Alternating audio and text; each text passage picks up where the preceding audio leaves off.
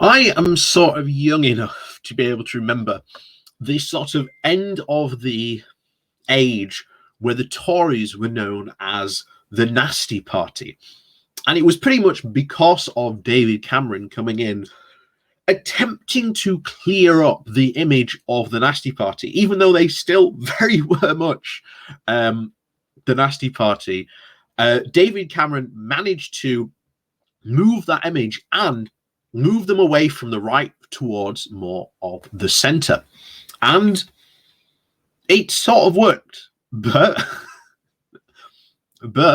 they have now not only been pulled backwards towards the right, they've gone even further than before. And if you want a prime example of this, you've got to look at what happened during the pandemic. Right at the start, you've got to think the Tories have won all these new seats in the north. So the very first time, they are dealing with lots of voters who voted for them, who rely on not only universal credit because they are out of work, but also rely on universal credit because they are in what we call in-work poverty. Yes, this is a thing in the UK. We have people who are actively working, but are still technically in poverty. This is a thing in the UK. It should not be, and it's absolutely outrageous that this is a thing in the UK. But of course, this rose or came to prominence because of the way that the Tories have behaved ever since coming into power, starting from the coalition. So this is all on them. And yet, people still keep on voting for them. And unfortunately, voted even more for them, especially in the last general election. And because of this, they've now got these voting blocks of these people. When obviously the pandemic came in, they started to see a lot of pressure for them. Okay, well, we've given them furlough, but now we might need to give them more on the universal credit front, even though many of these MPs had voted very consistently over the years for reducing universal credit and support systems for people on benefits. And now we are getting to the point of where this uplift is literally about to end. And yet we still see huge need for this in this country. Not only that, but we've got people like Steve Barker, an MP, a very heavily conservative MP, very heavy Brexit conservative MP who lives down south, who is now saying, oh, we need to keep this uplift. Why? Because, again, a lot of his constituents have been relying on that uplift, especially during the pandemic. And he doesn't want to be seen as the guy who took it away, even though, again, this is the guy who was consistently voted for it. So you're going to see a big split again between the Tories who want to get rid of this and versus those who don't. And do not be surprised to see that it is a very, very, very much a north-south split between those MPs. So before we do jump into this, please remember to hit that like, share, and subscribe button. And of course, down below, there are links to my Patreon page, as well as one donation link called Buy Me Coffee, where you can, well, buy me coffee. And as always, thank you very much to all those people who do support me that way. So this comes from The Guardian. The title is, Think the Tories are less nasty now. See what they do with universal credit.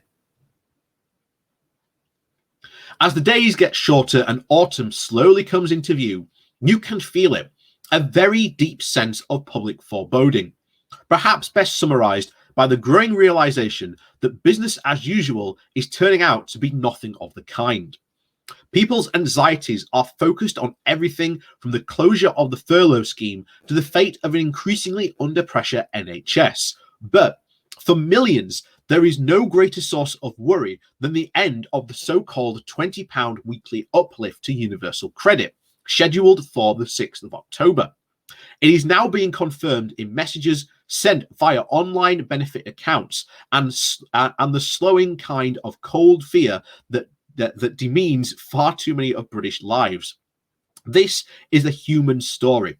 In political terms, the move surely calls times on the hopes that COVID-19 might have somehow marked the birth of a less nasty Tory approach to the benefits system.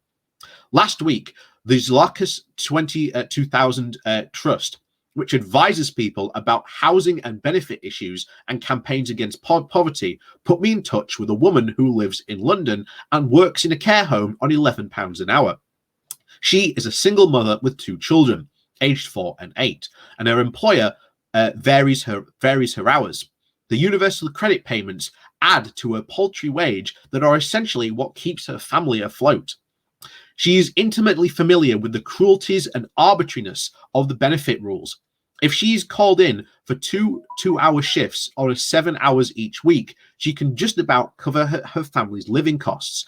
Any less, and the £440 a week cap on benefits, which includes housing, means that she loses out. Her shift patterns mean she either starts early at 7 p.m. or finishes late at 8:30, and then when she is at work, her kids are looked after by a former partner. The impossibility of childcare cover for those hours, plus the cost, means that 2 shifts are basically her weekly limit. Since March of last year, the £20 extra means that she receives each week equals to about £86.67 a month. This has made a very big difference. It's helping a lot in terms of the children's school uniforms or activities, she told me, and food. The prospect of the cut, she said, was almost unthinkable. Her anxiety has increased as October gets ever closer. I'm just living on stress, to be honest, she said. Even as Whitehall sources brief that the changes will be catastrophic, the Chancellor Rishi Sunak said to be a complete dead against making the uplift permanent. The move also seems to try and reflect that time-honoured Tory belief that people can somehow be divided into workers and mere claimants, with the latter routinely kicked around to make politicians appear tough. When asked about the cut last month, Boris Johnson said that his strong preference was for people to see their wages rise through their efforts rather than through taxation of other people put through their pay packets. But as this mother comments show highlighted above, about 40% of people who depend on universal credit are currently in work and trying their best in often impossible circumstances. With the help of the poverty-focused charity Turn to Us, I spoke last week to Karen, who lives in a shared house in rural Kent. She is 63, with 3 years short of the starting age of the state pension. In 2018, she was in a car accident, which left her with injuries and meant that she had to give up a job at Waitrose. Having been judged unfit to work for this, she had since been stranded on universal credit. I apply for jobs and I don't hear anything back. I think it's probably my age, she said. The £20 uplift, she said, has just about enabled her to pay for her heating costs and feels that a little security about budgeting for food.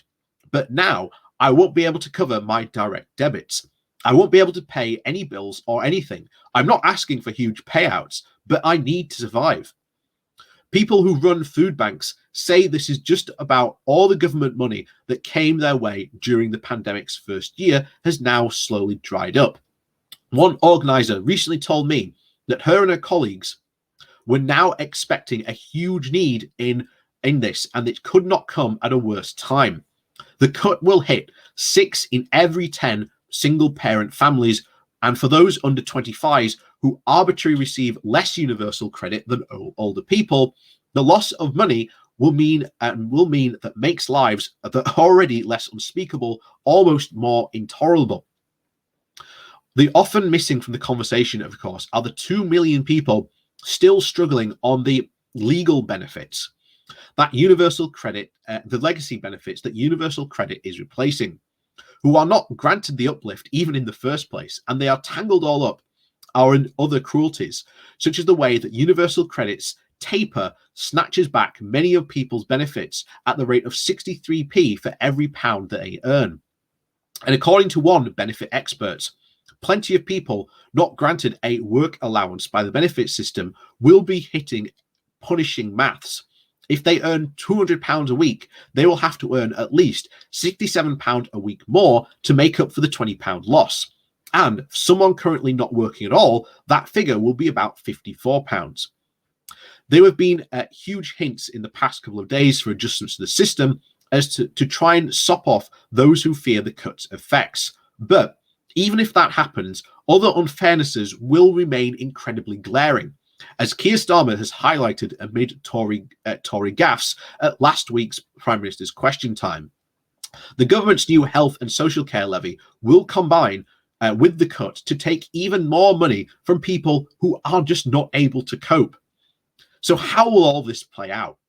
This is a very notably different country from the one that they used to be lectured by Tory politicians about the supposed necessity of hacking down what remained of the welfare system. For a start, the number of people on universal credit went skyward by the pandemic and now stands at just under 6 million. The Conservatives now represent an array of constituencies in which countless thousands will be hit by the end of the uplift. Even if the government were to somehow dilute the plans at the 11th hour, the fact that they had so cruelly sent such huge numbers of people into panic could surely leave an indelible mark on the Conservatives. Citizens' Advice says that if every penny of the government's £4 billion levelling up fund in England was actually paid directly into local economies, for every pound spent, the universal credit cut would still take at least about £1.80 in that context. Politicians and its promises threaten to be once again unravelled by the absurd theatre, with the iron rule of life in the UK once again proved that if you are unlucky enough to be suffering, the overwhelming likelihood is that you will be made to suffer even more. And that's, true as ever. And like I say, I've said this hundreds of times before. I think next year is going to be a breaking point for a lot of people. I think 2022 is going to be hard for so many people up and down this country. And, you have my absolute sympathy and support for what goes on into this. It's so obvious that the right thing to do is to really look at the benefit system and increase the money, and especially reduce increase the tapering off fee so that people can get more money, so that people in work can eventually wean themselves off of universal credit. You've got the example of that woman there. If she does more hours, she will lose her universal credit, which she relies on, and then other things that she will have, she will not be able to pay for if she tries to go work more hours. There are literally people caught in this absolute unbelievable harsh system that the Conservatives have made, and we have to be able to do something about this. And I'll tell you what, the Conservatives have no intention about doing this. They were the ones who brought in universal credit in the first place after being told by the people in the civil service from the previous administration that this system would cause problems. And they've done nothing but increase and make the system infinitely worse for the people. And again, we have to do something. I think this is something, again, where Labour can really hit the Tories in the next general election. But you've got to have a really good policy on this. And like I say, I don't know exactly what you could do, but obviously increase the amount of money people get, but also increase the tapering off system so that people can, do more shifts while earn more money. And look at how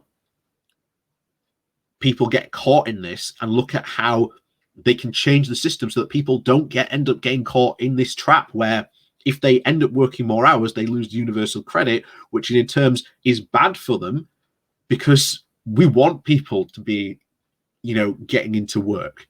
But at the same time, we need that system there for people who do lose their work, who do need that safety net. But again, as always, thank you for watching. Please do remember to hit that like, share, and subscribe button. And of course, down below, there are links to my Patreon page and a one-off donation link called Buy Me Coffee, where you can, well, buy me coffee. And as always, thank you very much for watching, and we'll see you all next time.